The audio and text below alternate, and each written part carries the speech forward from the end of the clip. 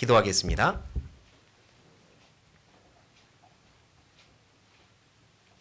살아계신 하나님, 저희를 놀라운 사랑으로 창조하시고 구원하시고 함께하여 주셔서 감사합니다. 하나님이 우리의 창조주시요 구세주시며 삶의 주인이시라는 사실을 늘 잊지 않고 살게 해주십시오. 주님과 동행하며 주님으로 기뻐하고 또 주님을 기쁘시게 하는 하나님의 자녀로서의 삶을 살도록 도와주십시오. 세상이 아무리 흔들려도 우리의 믿음이 흔들리지 않도록 도와주시고, 아무리 힘들고 어려운 일이 있어도 그걸로 붙잡고 걱정하기보다는 그걸 주님께 내어드리고 기도하며 맡기는 자가 되게 해주십시오. 힘들고 어려운 일이 있을 때마다 주님께 달려가 주님께 매달리고, 그래서 신앙이 더욱더 단단해지는 우리가 되게 도와주십시오. 우리가 무엇을 위해 사는지 삶의 목적을 분명히 하고 살도록 도와주십시오. 우리 주변에 하나님을 알지 못하는 이들에게 담대한 하나님의 증인이 될 수 있도록 도와주시고, 입술을 벌려 하나님의 말씀을 전할 수 있도록 도와주십시오.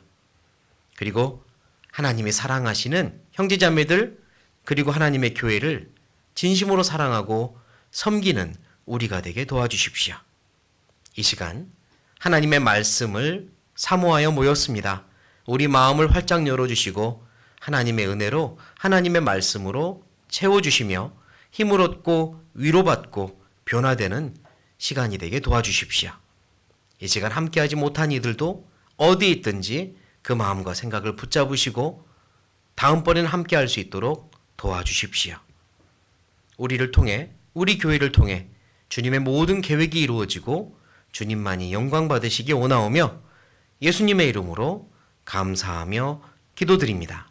아멘. 네, 주일은 지난 주일부터 요나서를 가지고 전도의 진심인 신앙생활에 대해서 배우고 있습니다.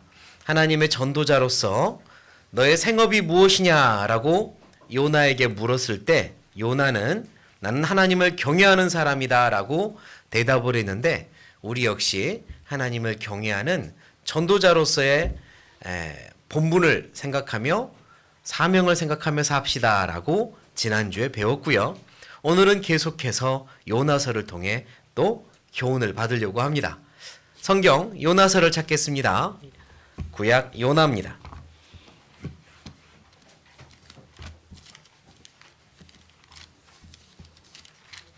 요나 1장입니다. 구약 1287페이지, 1287페이지.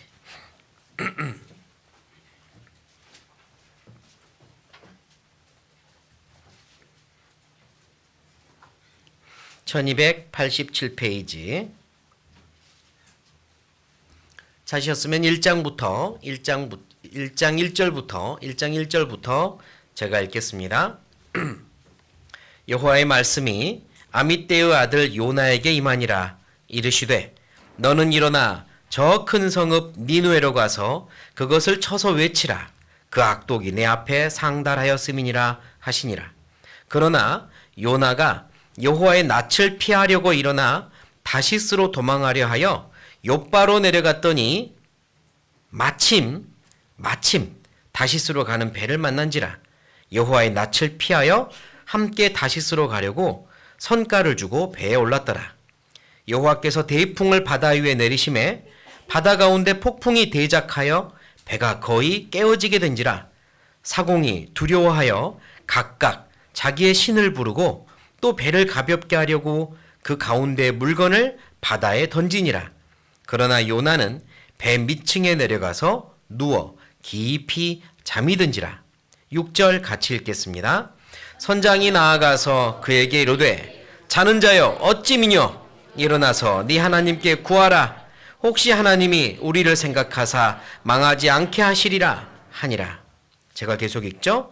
그들이 서로 이르되 자 우리가 제비를 뽑아 이 재앙이 누구로 인하여 우리에게 임하였나 알자 하고 곧 제비를 뽑으니 제비가 요나에게 당한지라. 무리가 그에게 이르되 청컨대 이 재앙이 무슨 용고로 우리에게 임하였는가 고하라. 네 생업이 무엇이며 어디서 왔으며 고국이 어디며 어느 민족에 속하였느냐. 그가 대답하되 나는 히브리 사람이요 바다와 육지를 지으신 하늘의 하나님 여호와를 경외하는 자로라 하고 10절 같이 읽겠습니다. 자기가 여호와의 낯을 피함인 줄을 그들에게 고하였으므로 무리가 알고 심히 두려워하여 이르되 네가 어찌하여 이렇게 행하였느냐 하니라. 네, 지난번에도 배경에 대해서 설명을 드렸듯이 요나는 하나님의 선지자였고요. 어느 날 하나님의 요나를 부릅니다. 그리고 한 가지 지시를 하셨어요.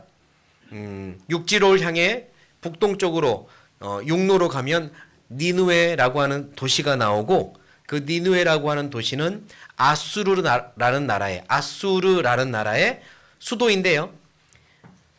굉장히 전쟁을 좋아하고 하나님 앞에 패역한 죄가 많은 민족이었거든요. 하나님이 요나에게 그들에게 가서 하나님의 말씀을 선포해라. 너희의 죄가 너무 많아 하나님이 너희를 크게 징벌하려고 하니 회개하라는 말씀을 선포하라고 요나에게 지시하십니다. 그러나 요나는 개인적으로 아수르라고 하는 나라가 자기 나라를 하도 괴롭힌 나라이기도 하고 저들이 더 강해지면 우리는 더욱더 많은 괴롭힘을 당할 게 뻔하기 때문에 저 나라가 차라리 망해버렸으면 좋겠다라는 생각을 했던 것 같습니다. 저 나라에게 가서 하나님의 말씀을 내가 전하느니 나는 차라리 도망가겠다. 싫다는 거죠. 저 나라에게 회개할 기회를 주기 싫다는 겁니다. 말씀을 전하고 싶지 않았던 겁니다. 저 나라, 저 민족은 차라리 하나님께 벌 받았으면 좋겠다라는 생각을 더 마음에 가졌던 걸로 보여요. 그래서 요나는 반대길로 도망가기로 결심합니다. 육로로 가지 않고 바닷길로 가려고 하는 거죠. 욥바라고 하는 성에 항구에 갔습니다. 그리고 우리가 3절에 읽었던 3절에 보면 요나가 여호와의 낯을 피하려고 일어나 다시스로 도망하려 하여 욥바로 내려갔더니 그 다음 무슨 단어가 있습니까? 마침 다시스로 가는 배를 만난지라. 이건 요나의 시점입니다. 요나의 시점으로 혹시 배를 타고 도망가려고 다시스로 갔더니 마침 다시스에 가는 배가 있는 거예요. 마침 있어서 만나게 됐다라고 여기서는 번역을 했네요. 그런데요, 원어적인 의미로 보면 만난지라가 아니라 찾은지랍니다. 요나가 우연히 다시스로 가는 배를 만난 게 아니라 찾아낸 겁니다. 찾았어요. 마침이 아니라 요나가 노력해서 찾았습니다. 그래서 배를 만난 거예요. 요나는 마침 배가 있네. 그래서 탔다고 생각했을지도 모릅니다. 우리가 일반적으로 하는 합리화의 일종이죠. 마침 이런 일이 있으니까 내가 하게 된 겁니다. 아, 오늘은 교제 나가고 싶은 마음이 없었는데 마침 친구가 불러서 아니면 마침 일이 생겨서 교제를 안 나가게 되거나 할 일을 안 하게 되는 경우 있잖아요. 마침. 그건 내 잘못이 아니라 그런 일이 생겼기 때문에 어쩔 수 없었던 거야 라고 변명을 할 수 있는 좋은 말이죠. 마침 그런 일이 생겼다고. 그런데요, 만약에 조금만 더 신경을 요나가 썼다면 마침 그 장소에서 하나님이 방해하고 있는, 못 가도록 막고 있는 하나님의 손길도 분명히 보았을 겁니다. 요나야, 그러면 안 돼. 그러면 안 되라고 하나님께서 작업하시는 많은 간섭들을 요나가 볼 수 있었을 겁니다. 그러나 요나는 그 부분에 대해서는 귀를 막고 눈을 막았기 때문에 하나님의 간섭은 보이지가 않고 마침 떠날 수 있는 배를 만났다라고 말하고 있는 거죠. 그런데 요나는 찾았습니다. 떠날 준비를 하였고 떠날 마음을 먹었고 그래서 배가 보였고 배에 탄 겁니다. 우리가 때로는 신앙적으로 흔들리거나 어떤 유혹이나 죄에 넘어지기도 하죠. 그건 많은 부분 내가 그걸 원했기 때문입니다. 내가 그런 틈을 내보였기 때문이에요. 내가 그러고 싶었던기 때문입니다. 하나님이 그렇게 하신 것도 아니고 내 주변에 유혹이 너무 강해서 나는 어쩔 수 없이 넘어졌습니다. 그렇지 않아요. 잘 생각해 보십시오. 내가 틈을 내주었습니다. 마침 그런 일이 생겼던 게 아니라 내가 그렇게 될 수 있도록 마음의 문을 열었습니다. 그런 일이 더 많아요. 요나는 찾았습니다. 배를 찾았고 그래서 탄 겁니다. 하지만 마침 만났다라고 자기 합리화를 하고 있는 거죠. 하나님은 항상 우리가 잘못된 길로 가지 않도록 막으십니다. 안 돼. 그러면 안 돼. 막으세요. 교제가 있잖아. 하나님 말씀이 있잖아. 지금 이 시간에는 그곳을 가면 안 된다는 거 알잖아. 막으십니다. 그런데 우리가 그곳에 마음의 문을 닫아버리니까 다른 쪽으로 마음의 문이 열리고 마침 사탄이 주는 또는 세상이 주는 다른 유혹에 넘어지는 거죠. 요나가 그랬습니다. 그리고 배를 탔습니다. 하나님의 뜻을 어기고 도망갈 준비를 하고 배에 탔으니 요나의 마음은 절대적으로 평안할 리 없죠. 두근두근 하고 많은 가책, 양심의 가책도 있고 그럴 겁니다. 사람들을 만나서 안녕하세요 하고 다니며 인사하고 친해질 마음의 여유도 없습니다. 보통 그리스도인이 하나님을 떠나서 곁길로 가잖아요. 그러면 다른 세상의 친구들하고 만나서도 즐겁고 유쾌하게 이야기 나누고 즐기지 못합니다. 처음엔 그래요. 왜? 마음에 가책이 있으니까요. 이러면 안 된다는 거 아니까요. 그 마음의 가책이 완전히 사라질 때까지, 다시 말해서 내 양심이 무디어져 버릴 때까지는 편하지 못해요. 아무리 세상에 좋은 친구들 만나서 놀아도 편하지 못합니다. 그래서 요나는 배를 타고 어디로 갔느냐면 어디로 갔습니까? 배 제일 밑으로 내려갔어요. 사람이 한 명도 없는 가장 밑으로 내려갔습니다. 혼자 있고 싶었어요. 혼자 있게 해줘.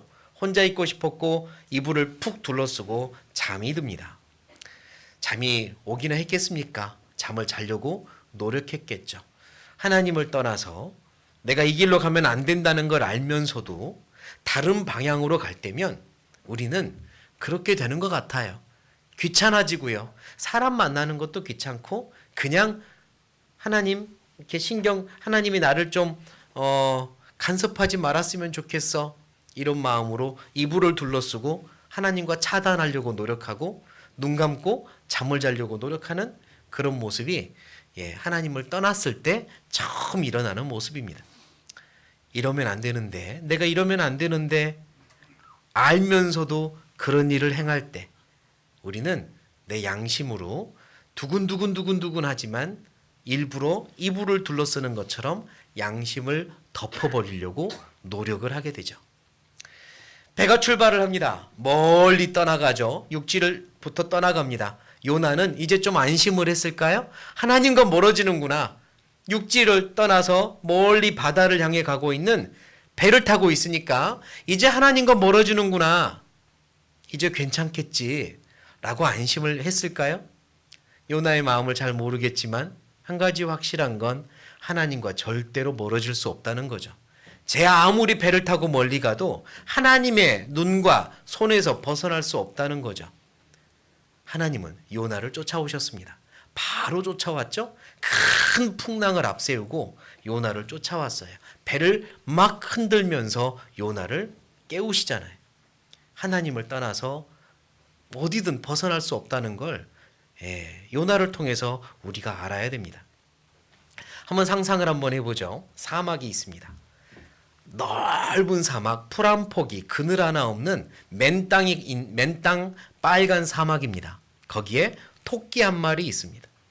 그리고 하늘에 독수리가 떠 있습니다. 이 토끼는 독수리의 눈을 피해서 도망갈 곳이 있을까요? 없을까요? 없습니다. 아무리 뛰어다녀도 하늘에서 보면 토끼 다 보입니다. 숨을 곳도 없고 피할 곳도 없는 곳에서 토끼가 어디로 뛰어간들 독수리의 눈을 피하겠습니까? 불가능합니다. 그것보다 더 불가능한 게 뭐냐? 하나님의 눈을 피하는 겁니다. 하나님이 우리를 보고 계시고 지켜보세요. 내 아무리 어디로 떠나고 싶고 어디로 피하고 싶고 어디로 숨고 싶어도 하나님 떠날 수 없고 하나님 눈에서 벗어날 수 없어요. 불가능합니다. 하늘 높이 올라가도 하나님이 창조한 별들이 하나님의 질서에 순종하고 있고 바다 깊이 내려가도 하나님의 창조한 물고기들이 하나님께 순종하고 있습니다. 어디로 간들 하나님의 눈을 떠나겠습니까? 못 떠납니다. 시편을 찾아보죠. 시편 139편입니다. 시편 139편.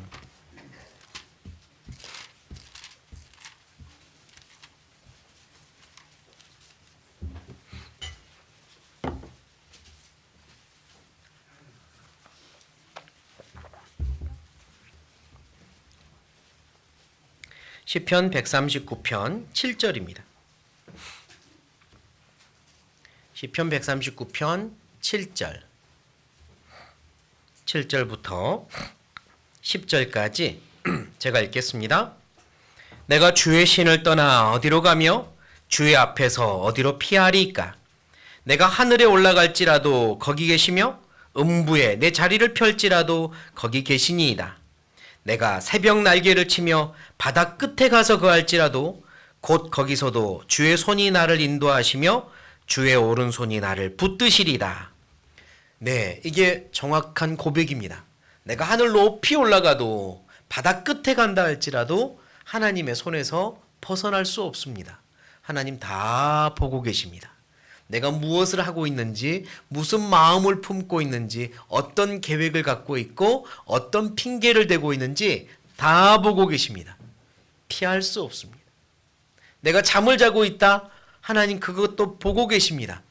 요나가 쿨쿨 잠을 자고 있었지만 하나님은 요나를 보고 계셨습니다. 요나는 마음의 문을 닫고 있었지만 하나님은 요나를 보고 계셨습니다. 그래서 쫓아오셨어요.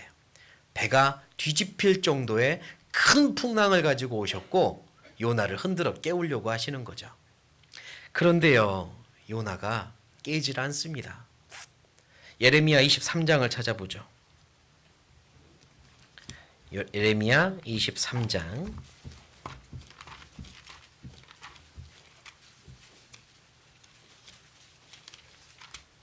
예레미야 23장 24절.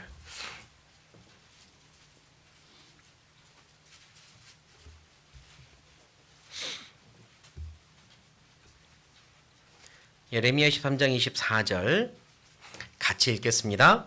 나 여호와가 말하노라. 사람이 내게 보이지 아니하려고 누가 자기를 은밀한 곳에 숨길 수 있겠느냐? 나 여호와가 말하노라. 나는 천지에 충만하지 아니하냐.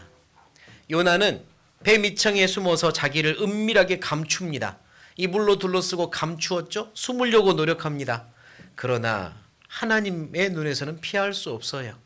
배를 막 흔들어 댑니다. 그런데 요나는 여전히 깨어나지 않습니다. 최대한 숨으려고 노력하고 있어요. 그러나 하나님은 포기하지 않으십니다. 그리스도인들이요, 때로는 하나님이 흔들어 대도 모르는 척 아무리 양심을 두드려도 모르는 척 자기 길을 걸어갈 때 있습니다. 하나님이 포기하실까요? 포기하지 않으십니다. 그런데 왜 그냥 두는 것 같죠? 왜 징계의 채찍을 때리지 않으실까요? 예, 하나님께서 계속 지켜보시지만 간절히 기도하시면서 기다리고 계시는 거고, 이 일을 통해서 내가 하나님을 더 배우기를, 이 일을 통해서 깨지거나 부서지거나 또는 뭐 넘어지거나 이런 등등의 일로 하나님을 배우기를 원하시기 때문에 기다리시는 거죠. 절대로 포기하는 거 아닙니다. 내가 아무리 하나님을 떠나 멀리 가도 하나님 포기하지 않으세요. 계속 흔들고 계셔요. 요나가 깨지 않습니다. 잠에서 깨지 않아요. 하지만 하나님 포기하지 않으셨습니다. 그리고 결국은 이제 선장을 통해서 요나를 깨우는 거죠. 요나 1장으로 다시 가겠습니다. 요나 1장.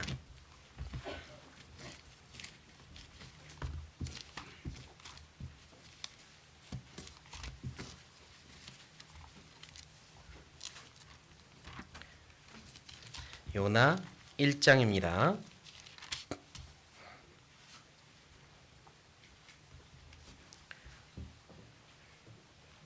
5절. 사공이 두려워하여 각각 자기의 신을 부르고 또 배를 가볍게 하려고 그 가운데 물건을 바다에 던지니라. 그러나 요나는 배 밑층에 내려가서 누워 깊이 잠이 든지라. 선장이 나아가서 그에게 이르되 자는 자여 어찌미뇨 일어나서 네 하나님께 구하라.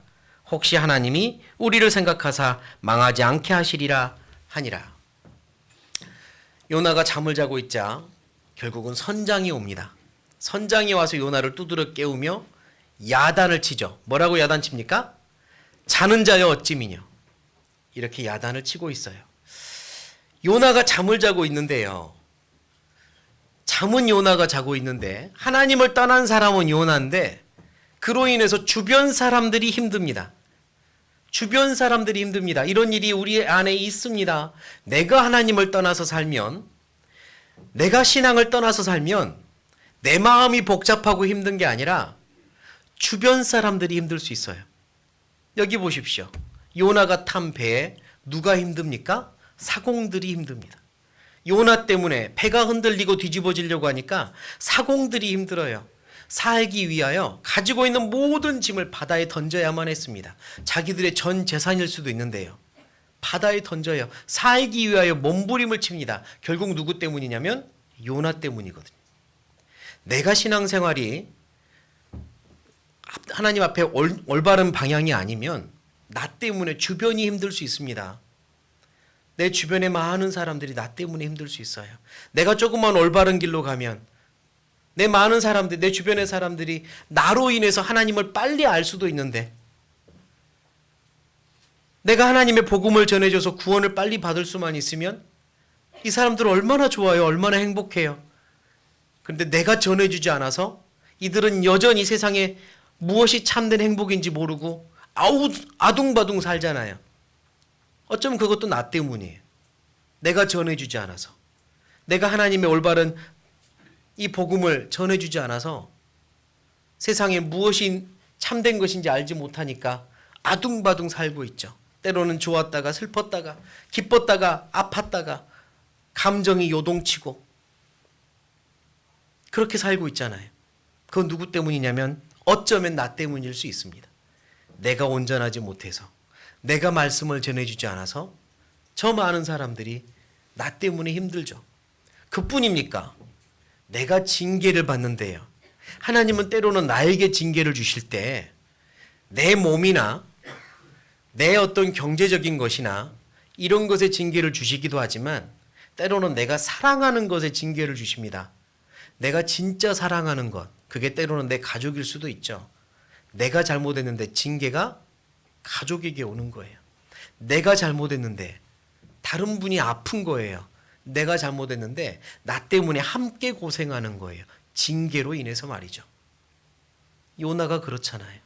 잘못은 요나가 있는데 잠은 요나가 자고 있는데 고생은 주변 사람들이 하고 있습니다. 흔들어 깨우려고 배를 막 흔드시니까 배 탄 사람들이 고생하는 거죠. 요나는 끝까지 일어나지 않고요.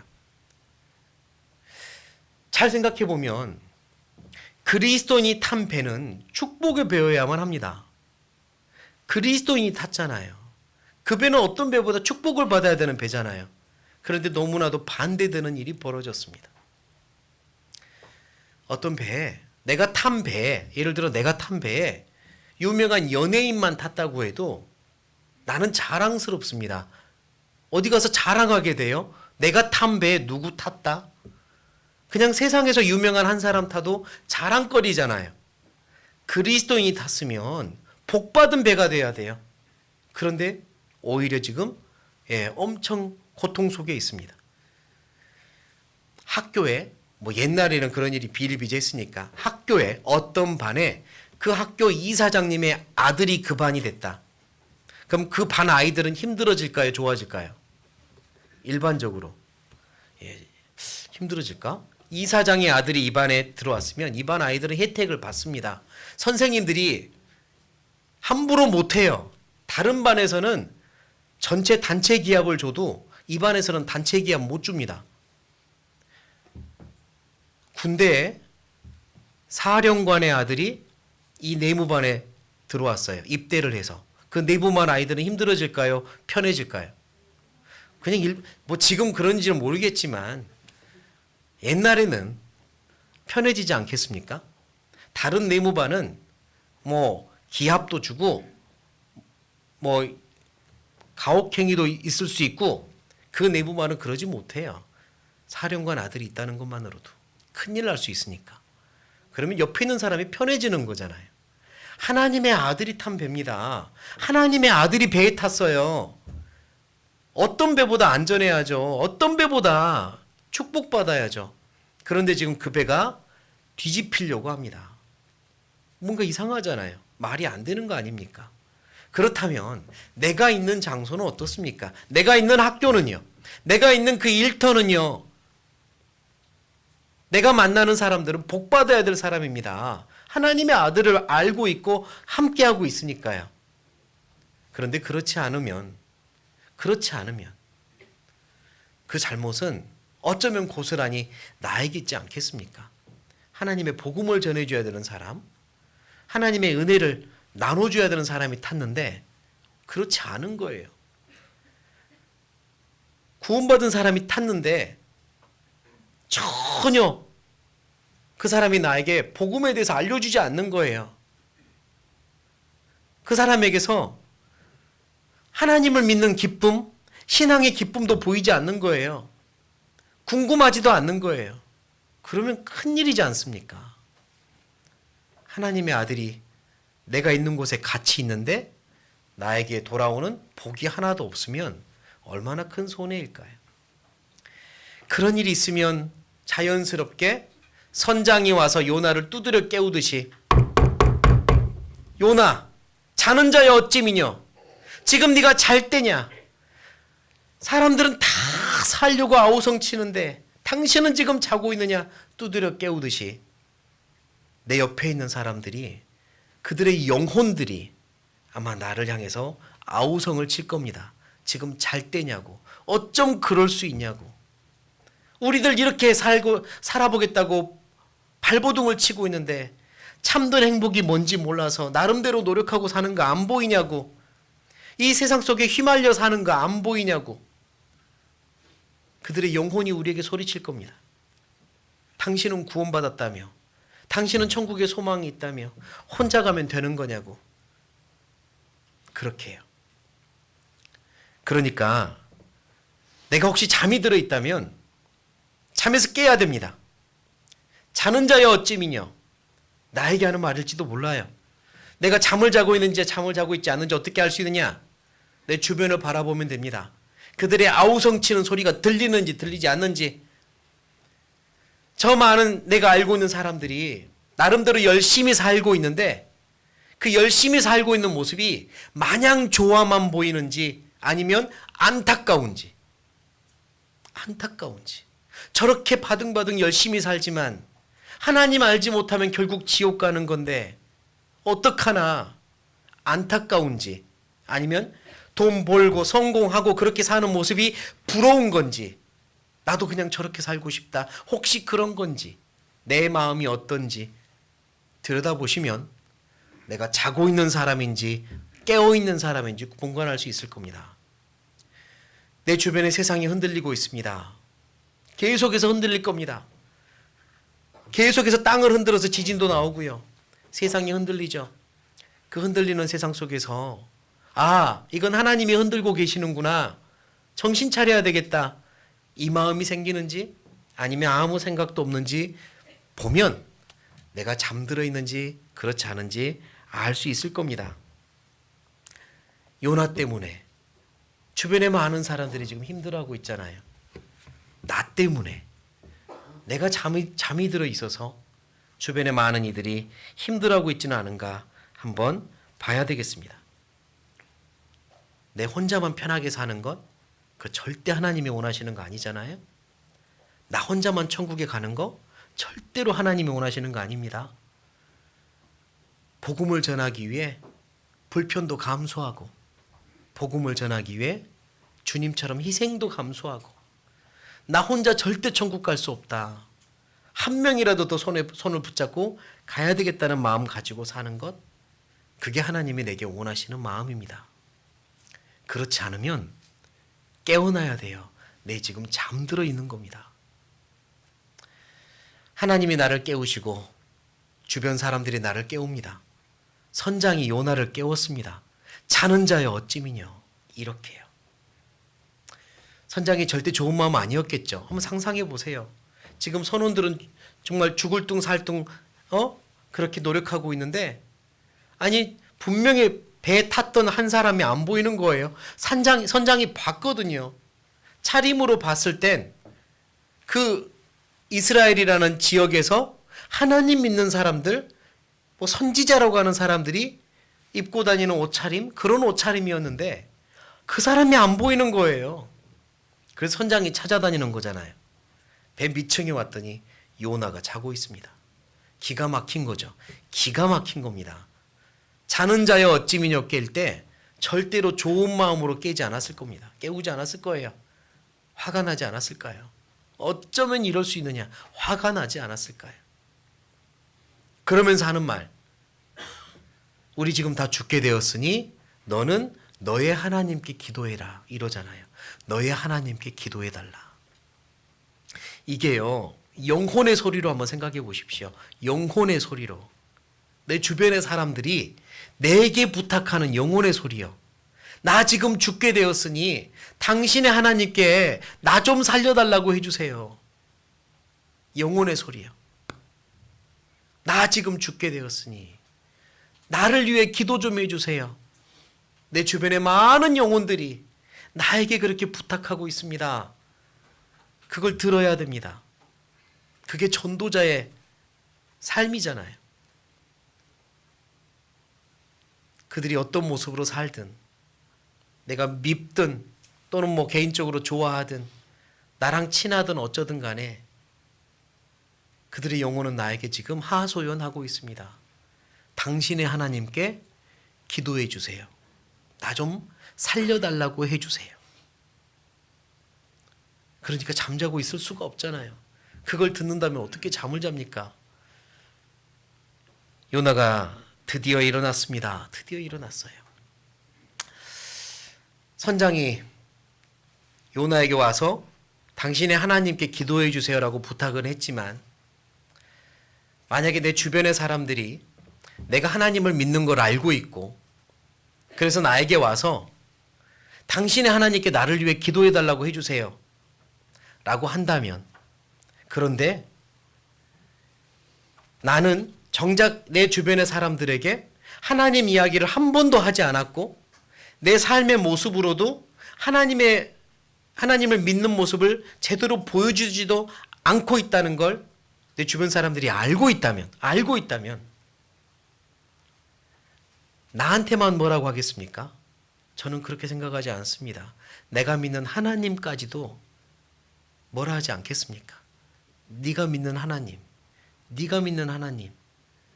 진짜로 참된 신인 거 맞아? 그러지 않을까요? 물론 나한테 와서 당신 하나님께 기도 좀 해달라고 해, 이렇게 부탁하는 사람이야 내 하나님을 무시하진 않겠지만, 그런 마음도 없는 사람들이라면 내가 믿는 하나님을 오히려 조롱하고 욕하지 않을까요? 당신이 믿는 하나님이면 나는 100명이 와도 안 믿을 거야, 이런 생각 혹시 하지 않을까요? 내가 잠자고 있는 모습을 본다면 말이죠. 그리스도인답지 않게 잠자고 있는 모습을 본다면 나만 욕하는 게 아니라 내가 믿는 하나님도 욕하지 않을까요? 그게 두렵습니다. 나 때문에 하나님의 이름이 모욕을 당할까 봐 그게 두렵습니다. 로마서를 찾아보죠. 로마서 2장.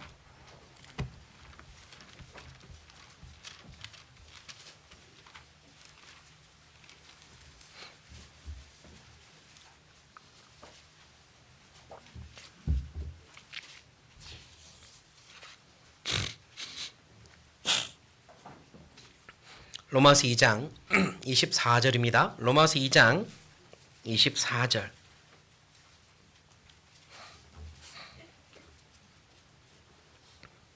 로마서 2장 24절 같이 읽겠습니다. 기록된 바와 같이 하나님의 이름이 너희로 인하여 이방인 중에서 모독을 받는도다. 이게 두렵습니다. 다 노력하고 있는데 혼자서 잠을 자고 있는 요나를 보면 어느 누구도 좋아하지 않았을 거고, 그리스도인이 혼자서 천국 가니까 난 됐어 이런 마음으로 살면서 주변 사람들에게 하나님의 향기가, 하나님의 빛이 전혀 되지 못하고 있으면 아마 나를 향해서 그들의 영혼들은 손가락질 하겠죠. 그리고 어쩌면 하나님의 이름이 나 때문에 모독을 받을지도 몰라요. 이름에 먹칠을 하는 거죠. 하나님의 이름에 나 때문에요. 그게 두렵습니다. 혹시 나 때문에 하나님의 이름이 먹칠을 당할까 봐. 학교에서 학생들이 정말 세상 친구들도 하지 않을 욕설이나 죄를 지으면 옆에 있는 친구들이 뭐라고 할까요? 너 하나님 믿으면서도 어떻게 그럴 수 있어? 분명히 그럴 겁니다. 제가 그랬으니까요. 중2 때까지 제가 그랬으니까요. 친구들이 저한테 너 같은 놈도 교회 다니냐 이랬으니까요. 제 행실을 보면서, 제 말을 보면서 너 같은 놈도 교회 다니냐. 그게 제 모습이었습니다. 학생뿐만입니까? 어른들도 마찬가지죠. 직접 대놓고 말은 하지 않겠지만 당신 같은 분도 교회 다니세요? 혹시 누군가가 마음속으로 그런 생각을 한다면 결국은 하나님께 큰 모욕이잖아요. 요나를 선장에 와서 깨웁니다. 자는 자여 어찌미뇨. 어떻게 지금 잘 수가 있냐고 깨웁니다. 내 주변에 많은 영혼들이 나를 깨우고 있습니다. 자는 자여 어찌미뇨. 지금 잘 때입니까? 나 좀 살려주세요. 당신의 하나님께 나 좀 살려달라고 기도 좀 해주세요. 이렇게 깨우고 있습니다. 그러니까 전도자는 잠이 들면 안 되는 거죠. 지금은 잘 때가 아니라니까요. 깨워서 일어날 때입니다. 깨워 일어나서 올라갈 때입니다.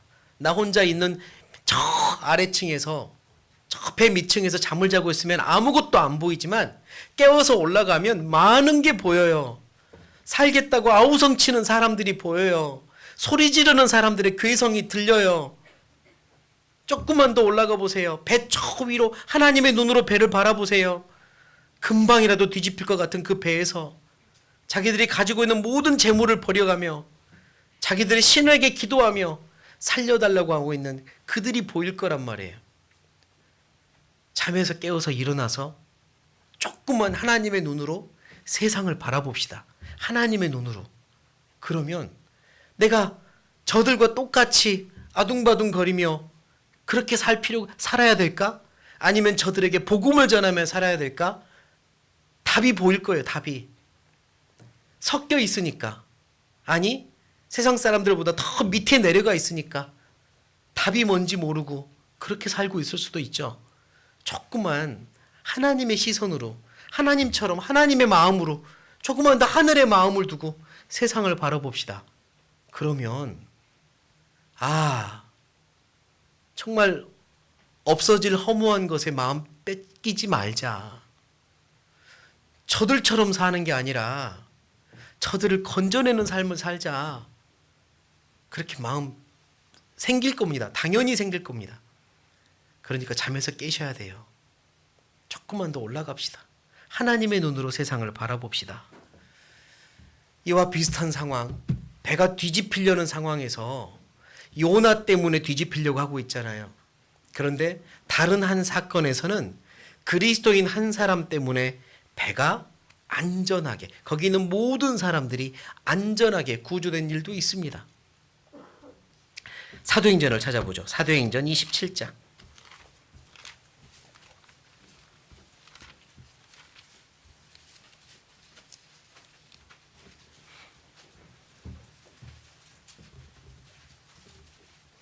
사도행전 27장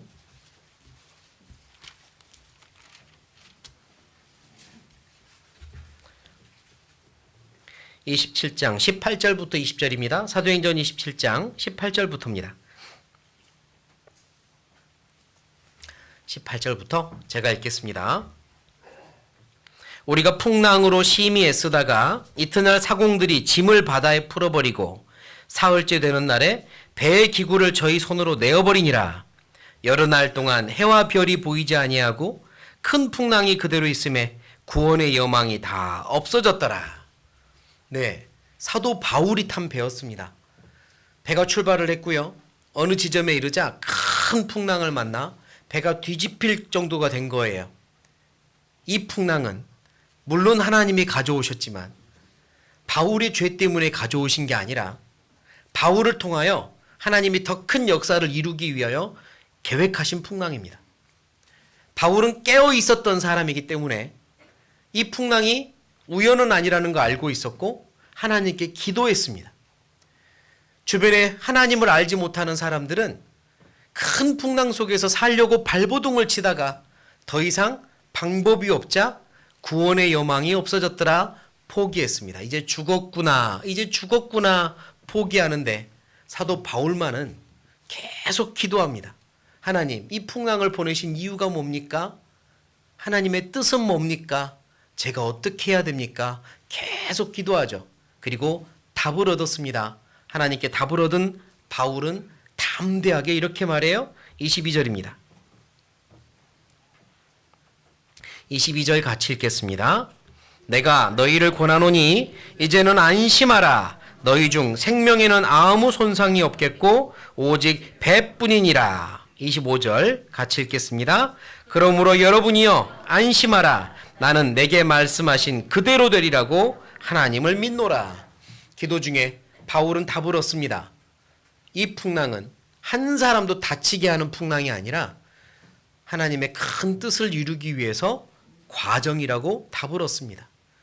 우리 중에 한 명도 다치지 않을 거니 안심하라라고 말합니다. 시간이 지나면 어떤 섬에 멈출 거라고 말했다. 하나님 말씀하셨다? 라고 알려주죠. 절망 가운데 있는 그들에게 소망을 줍니다. 하나님의 말씀을 전해줘요.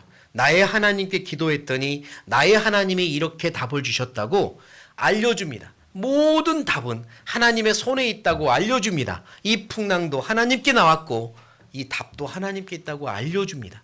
그게 그리스도인이죠. 그게 그리스도인입니다.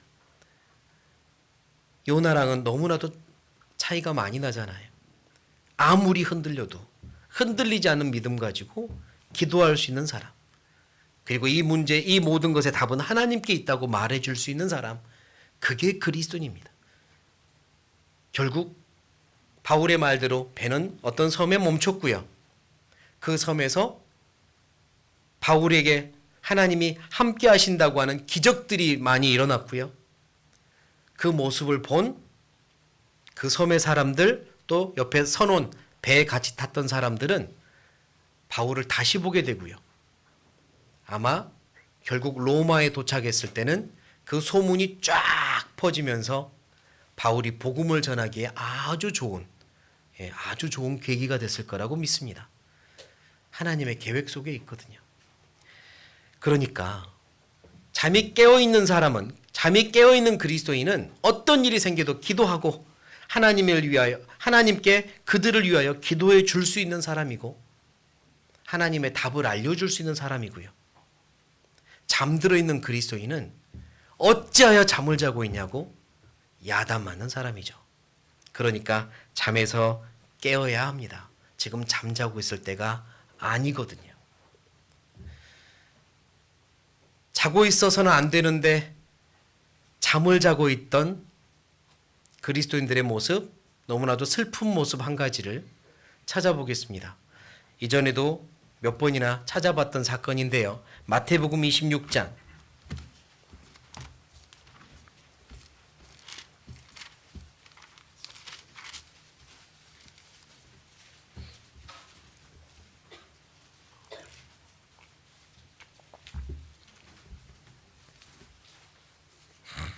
마태복음 26장 40절. 마태복음 26장 40절 같이 읽겠습니다. 제자들에게 오사 그 자는 것을 보시고 베드로에게 말씀하시되 너희가 나와 함께 1시 동안도 이렇게 깨어 있을 수 없더냐. 어떤 사건인지 아시겠죠? 베드로가 예수님께서 마지막 겟세마네에서 기도하고 계실 때 나와 함께 깨어 있어라라고 부탁까지 하셨고요. 내 마음이 심히 답답하여 죽게 되었다고 자기의 마음까지 이 세 명의 제자에겐 털어놓기도 하셨거든요. 나와 함께 깨어 기도하라고 부탁하시고 보이는 곳에서 기도하고 계십니다. 보이지 않는 곳도 아니에요. 제자들 세 명이 볼 수 있는 곳에서 정말 가슴을 치며 애통하며 기도하고 계세요. 그런데 세 명이 잠자고 있잖아요. 세 명의 제자들은 잠자고 있습니다. 예수님이 기도하고 있을 때 잠자고 있어요. 너무 슬프지 않습니까? 너무 슬픈 모습입니다. 내 안에 계신 성령님께서 나를 위해 기도하고 있는데 나는 잠자고 있어요. 하늘의 하나님이 나를 위해 기도하고 있고 많은 일들을 계획하고 계시는데 나는 잠자고 있어요. 너무 슬프잖아요. 더 슬픈 건 뭐냐면 그 시간 예수님을 잡으려고 작당을 하고 쫓아오는 군인을 보낸 사람들은 그 밤새도록 깨어 있다는 겁니다. 제자들만 자고 있다는 거예요. 예수님을 잡으려고 오는 사람들은 깨어서 눈에 불을 켜고 오고 있는 상황입니다. 마태복음 27장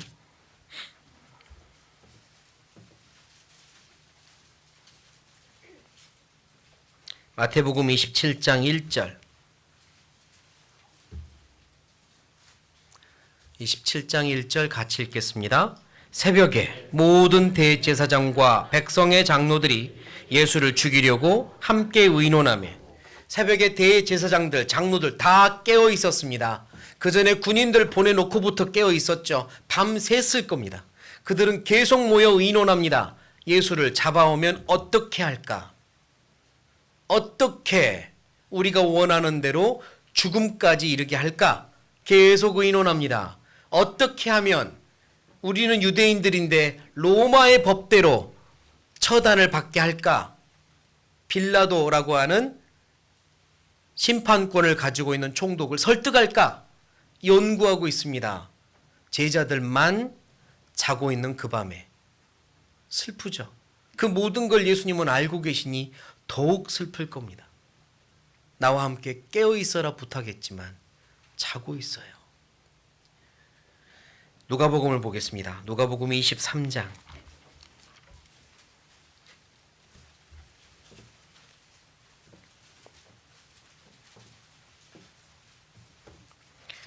누가복음 23장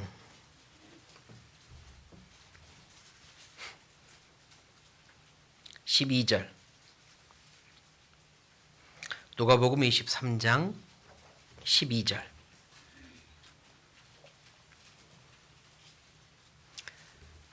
찾으셨으면 같이 읽겠습니다. 헤롯과 빌라도가 전에는 원수이었으나 당일에 이렇게 됐어요. 헤롯과 빌라도는 원래 원수였습니다. 빌라도는 로마에서 보낸 총독이고요. 헤롯은 여기서 세워진 왕입니다.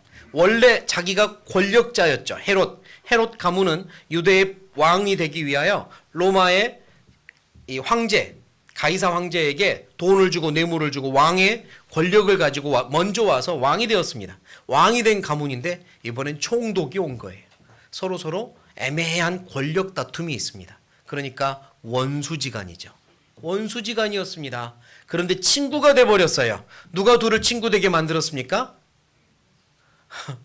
예수님이 되게 만들었다고 봐야겠죠. 예수님을 죽이기 위하여 친구가 됩니다.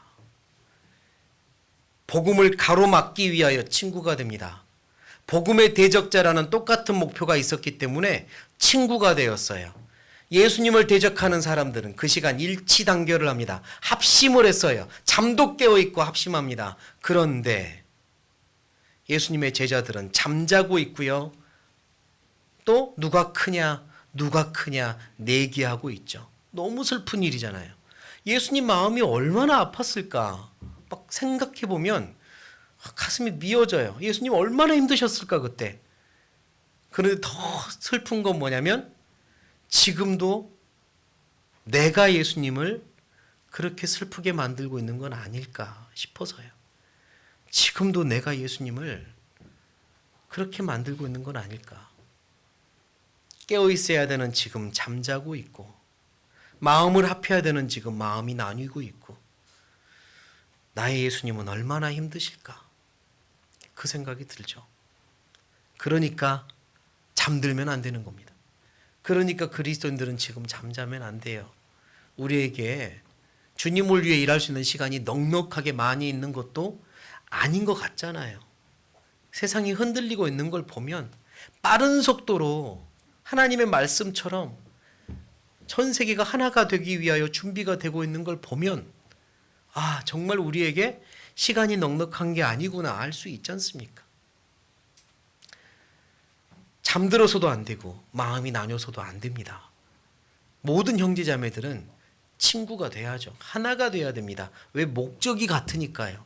복음을 위해 살겠다는 목적이 같으니까. 그렇지 않으면 우리는 잠자고 있는 겁니다. 신앙의 잠을 자고 있는 겁니다. 다윗은요, 이 신앙의 잠을 뭐라고도 표현했느냐? 그냥 잠이 아니라 이렇게 표현합니다. 시편 13편.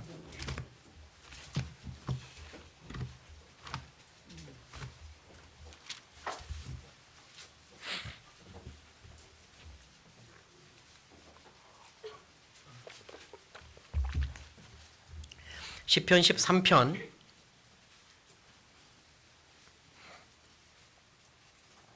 3절입니다.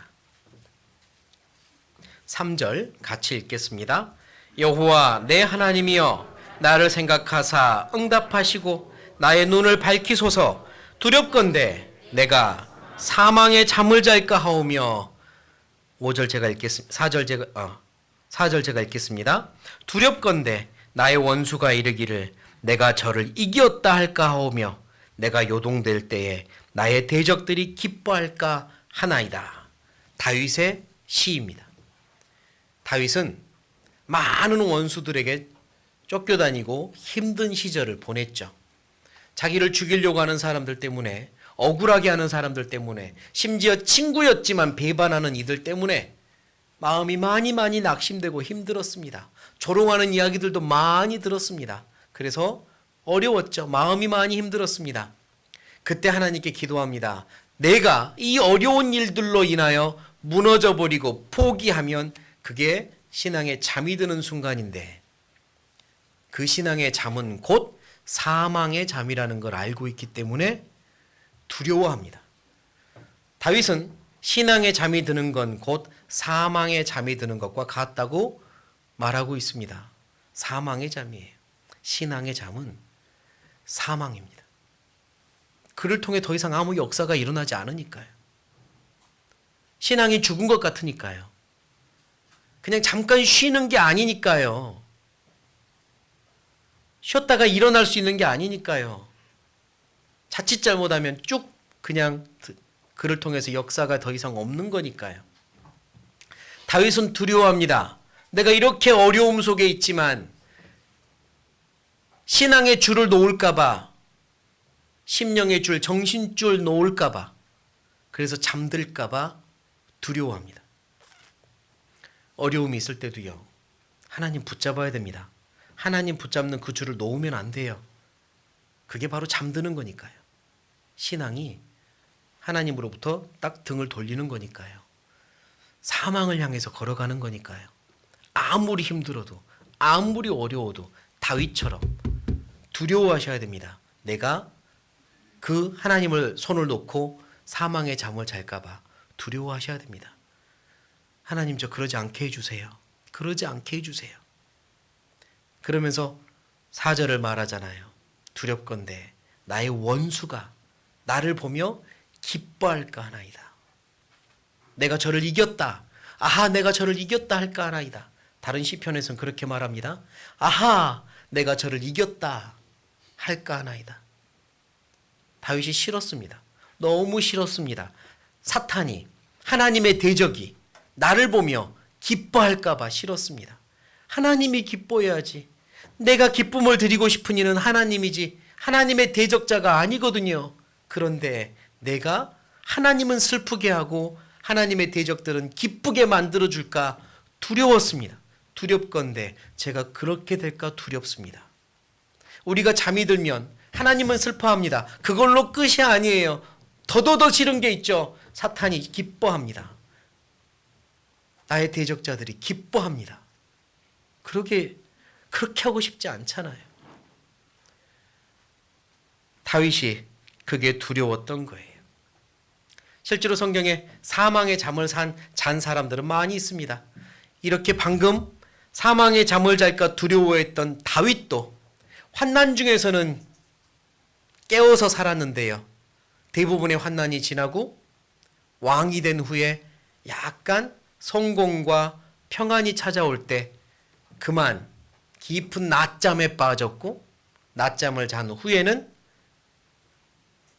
여인의 목욕하는 실루엣에 넘어져 버립니다. 그때 한순간에 사망의 잠이 왔던 거죠. 다윗만 그랬습니까? 삼손도 그랬죠. 삼손도 깊은 잠이 들었기 때문에 들릴라라고 하는 여인이 3번이나 그를 속이며 그의 힘을 빼려고, 힘을 없애려고 노력했지만 들릴라가 나를 배신하려고 하는구나 깨닫지 못하고 4번째에는 자기 머리에 힘의 비밀을 다 말해버리고 다 힘이 없어졌잖아요. 사망의 잠을 잔 겁니다. 다윗을 대적했던 사울의 아들 이스보셋이라는 왕도 잠깐 이렇게 다윗의 왕이 된다는 것을 인정하지 않고 자기의 세력을 키웠는데요. 낮잠을 잘 때 부하들에 의해서 살해를 당합니다. 사망의 잠이었죠.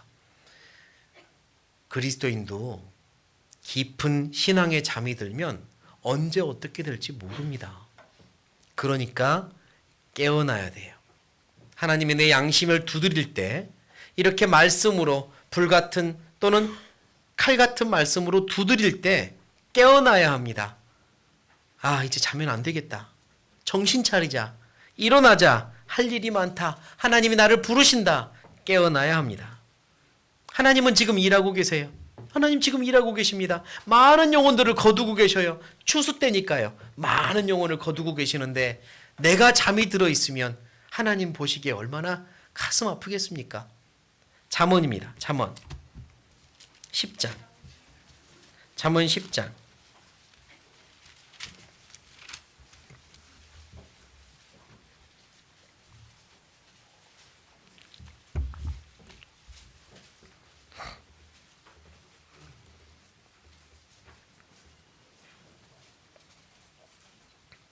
잠언 10장 5절. 잠언 10장 5절. 같이 읽겠습니다. 여름에 거두는 자는 지혜로운 아들이나 추수 때에 자는 자는 부끄러움을 끼치는 아들이니라. 부끄러움을 끼치는 아들이니라. 이 번역의 다른 번역들을 찾아보면 수치스러운 아들이니라 라는 번역도 있고요. 집안을 망치는 아들이니라 이렇게도 되어 있습니다. 추수 때에 자는 자는 부끄럽고 부모의 마음에 정말로 아프게 하는 아들이라는 거죠. 하나님 지금 일하고 계십니다. 추수 때니까요. 영혼들을 한 명이라도 더 모으기 위하여, 구원하기 위하여 일하고 계십니다.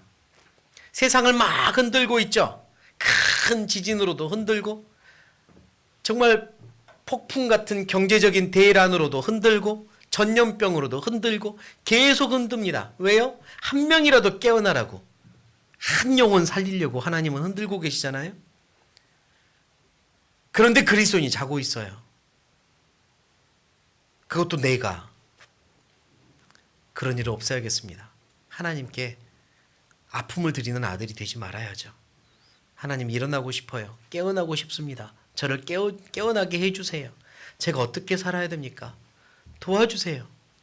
제 신앙을 깨워주세요. 무엇을 위해 살아야 됩니까? 좀 하나님께 여쭤봅시다. 하나님, 저 제대로 살고 싶습니다. 제대로 살고 싶습니다. 제 방향을 바로 잡아주세요. 하나님께 기도해 봅시다. 잠을 깨워서 조금만 올라갑시다. 이전에 보지 못했던 것들을 봐야 됩니다. 영혼들의 아우성치는 소리를 들어야 됩니다. 내가 할 일이 많습니다. 주님이 하고 계시는 일들이 많아요. 세상을 흔드는 거 주님의 손입니다. 주님의 손이 붙잡고 흔들고 있어요. 그것도 보셔야 됩니다. 이럴 때 나는 뭘 해야 되나? 악착같이 나도 살아야 되나? 한 푼 두 푼 더 모으려고 살아야 되나? 좀 더 즐겨보려고 살아야 되나? 천국 가면 없으니까 맛있는 거 더 먹고, 천국 가면 없으니까 여행도 더 다니고, 혹시 그렇게 살아야 되나? 아니죠. 무엇을 위해 살아야 되나?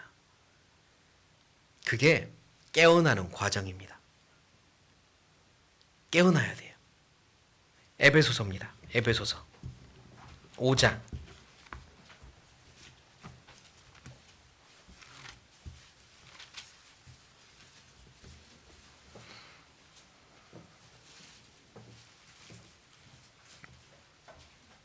에베소서 5장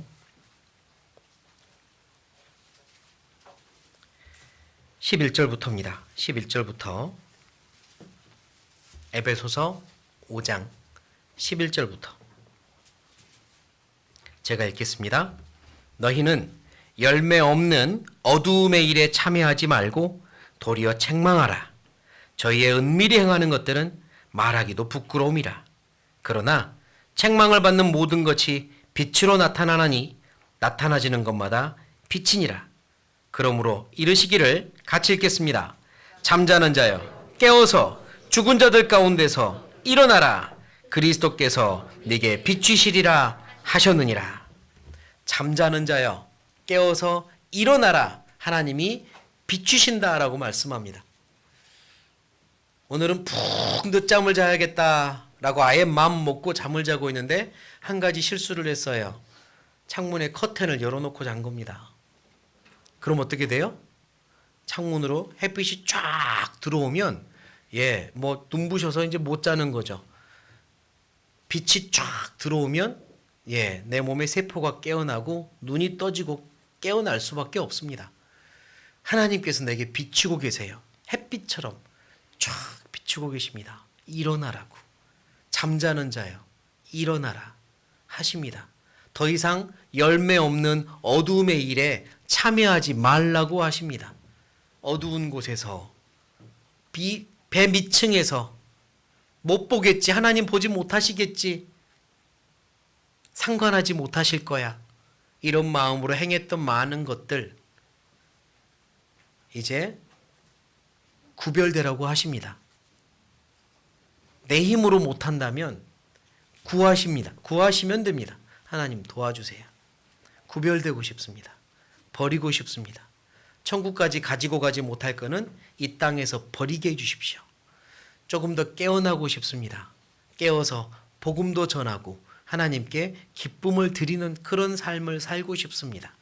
제가 악착같이 쥐었던 것들 중에 혹시라도 놓아야 할 게 있다면 놓게 해주시고 그 빈 공간에 하나님의 것을 잡게 해주십시오. 내가 쫓아가는 지금 표대가 많은 사람들이 함께 쫓아가고 있는 나부끼는 깃발이라면, 성공의 깃발, 명예의 깃발, 재물의 깃발 등등의 깃발을 향해 쫓아가고 있다면, 하나님, 이제는 제가 쫓아가야 될 표대는 골고다 위에 높이 예수님 달려가신 십자가, 그곳이 내가 쫓아가야 될 표대라는 걸 알게 해주십시오. 사람들이 알아주는 펄럭이는 깃발을 향해 쫓아가는 게 아니라 예수님을 향해, 많은 영혼들을 구원하기 위해 철저히 자기를 버리고 희생하신 예수님을 향해 쫓아가는 것이 내 삶의 방향이고 표대라는 것을 알게 해 주십시오. 그렇게 기도해야 됩니다. 기도해야 깨어나는 겁니다. 기도하지 않고 깨어나는 건 어렵습니다. 기도부터 하십시다. 마음부터 결심을 합시다. 하나님, 저 깨어나고 싶어요. 더 이상 잠들어 있지 않고 싶어요. 자는 자여 어찌미냐. 지금 내게 묻고 계시고 야단치고 계세요. 깨어나셔야 됩니다. 만약 깨어나지 않으면 요나 1장 다시 마지막으로 돌아갑니다. 요나 1장.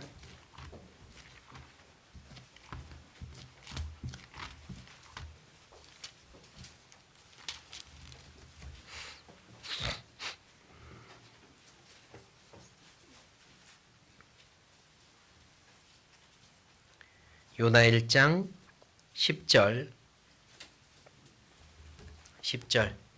자기가 여호와의 낯을 피함인 줄을 그들에게 고하였으므로 무리가 알고 심히 두려워하여 이르되 같이 읽겠습니다. 네가 어찌하여 이렇게 행하였느냐 하니라. 깨어나지 않으면 더 크게 야단칠 겁니다. 어찌하여 그렇게 하냐고. 어찌하여 그렇게 했냐고. 우리는 천국에 가고 내가 복음을 전해주지 못해서 그게 큰 이유가 되어서 지옥에 가는 영혼들은 아마 나를 향해서 소리를 치겠죠. 어찌하여 그렇게 했냐고. 어떻게 그럴 수가 있냐고. 나를 향해서 계속 소리칠 겁니다. 어찌하여 그렇게 할 수가 있냐고. 하나님을 믿는다면서, 천국과 지옥이 있다는 거 알면서, 영원한 것과 영원하지 않은 것이 있다는 걸 정확하게 알면서 어찌하여 그렇게 살았냐고 야단칠 겁니다. 어찌하여 그렇게 하였느냐. 그런 야단을 맞지 않도록 이제는 깨어야 할 때입니다. 우리는 하나님의 전도자입니다. 전도의 진심이 되어야겠어요. 내 주변에 많은 영혼들이 있잖아요. 가족들, 친지들, 이웃들, 이 도시, 이 동네 사람들. 누가 전합니까? 내가 전해야죠. 같은 배를 타고 있는 이들에게 내가 전해야 됩니다. 한 번이라도 말씀을 들을 기회를 줘야죠. 세종교회가 여기 세워진 이상 이 지역에 사는 사람들에겐 한 번이라도 말씀 들을 기회를 줘야 됩니다. 그런 사명 가지고 같이 뛰어야 됩니다. 내가 찾아가는 식당, 내가 가는 어떤 카페, 내가 가는 미용실, 어디든 됐든지 간에 나를 만난 이들은 하나님의 아들을, 자식을 만난 이들이니까 기회를 얻어야만 합니다. 복을 받아야만 합니다. 대충 얼굴 보고 아무런 일도 없는 것처럼 그렇게 나올 수 없습니다. 이제부터 우리가 조금 더 밝은 양심 가지고 사람들을 대했으면 좋겠습니다. 이 지역에 사는 영혼들, 우리가 함께 책임져야 될 영혼들이에요. 흔들리는 배에 같이 탄 사람들입니다. 어떻게 하면 좋을까? 어떻게 하면 이들에게 복음을 전할까? 연구해야 됩니다. 계속 연구할 거예요. 그리고 같이 어떻게 하자고 나눌 겁니다. 이렇게 해봅시다. 이렇게 합시다. 우리 이렇게 복음 전합시다. 우리가 하나 되는 이유는, 우리가 사랑이 넘치는 교회를 만들려고 노력하는 이유는 이 사랑을 저들에게 넘치게 전해주기 위한 거였다는 걸 이제 우리가 직접 보여줘야 됩니다. 우리만 사랑하려고 그렇게 교회 생활하는 게 아니라 저들에게 이 사랑 넘치도록 전해주려고 신앙생활 하는 겁니다. 그게 우리가 오늘도 모여있는 진짜 목적이죠. 그게 하나님이 가장 기뻐하는 거죠. 하나님을 사랑합니다 라고 말하면서 하나님이 가장 기뻐하는 건 하지 않고 있으면 무엇로 내가 사랑한다고 증명할 수 있겠습니까? 내 삶의 목적은 전도자입니다. 내 생업은 전도자입니다. 그걸 위해 오늘도 사는 겁니다. 우리 모두 다 그런 마음이, 같은 마음이 되어서 진짜 그렇게 살았으면 좋겠습니다. 같이 기도하시겠습니다.